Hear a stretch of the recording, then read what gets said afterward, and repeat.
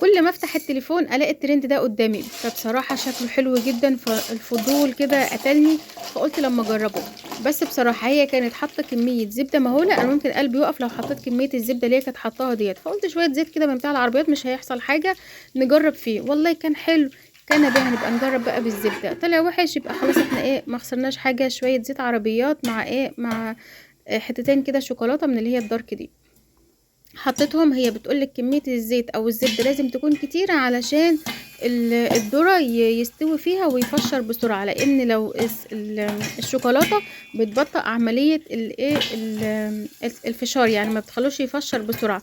انما لما يكون في كمية زيت كبيرة او زبدة فده اللي بيخليه يعمل فشار كبيرة. اللي جرب التجربة دي كده ونجحت معاه يكتب لنا تحت في الكومنتات.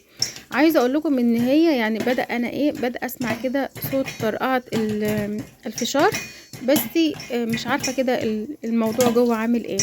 بصراحة يعني انا شكله كده بيبقى مغري جدا وهم بيعملوه، يعني بتيجي تبصي كده حتى الفشارية بتاعتهم بتلاقيها مدورة كده وحلوة، وكلها بقى كده واخدة شوكولاتة على ابيض، فبيبقى ميكس كده شكله حلو. يا رب يا رب التجربة كده تنجح ويبقى شكله حلو كده زي اللي هو الفشار بتاعهم، ولا الذرة بتاعهم غير الذرة بتاعنا، انا بصراحة معرفش. بتفرج على فيديوهات لذرة فشار كتير، بلاقي الفشار بتاعهم كده بيبقى شكله غريب عن الفشار بتاعنا. هنبدأ كده ان احنا بعد ما يخلص طرقعة كده نشوف كده، نفتح عليه ونشوف كده الدنيا ماشية ازاي.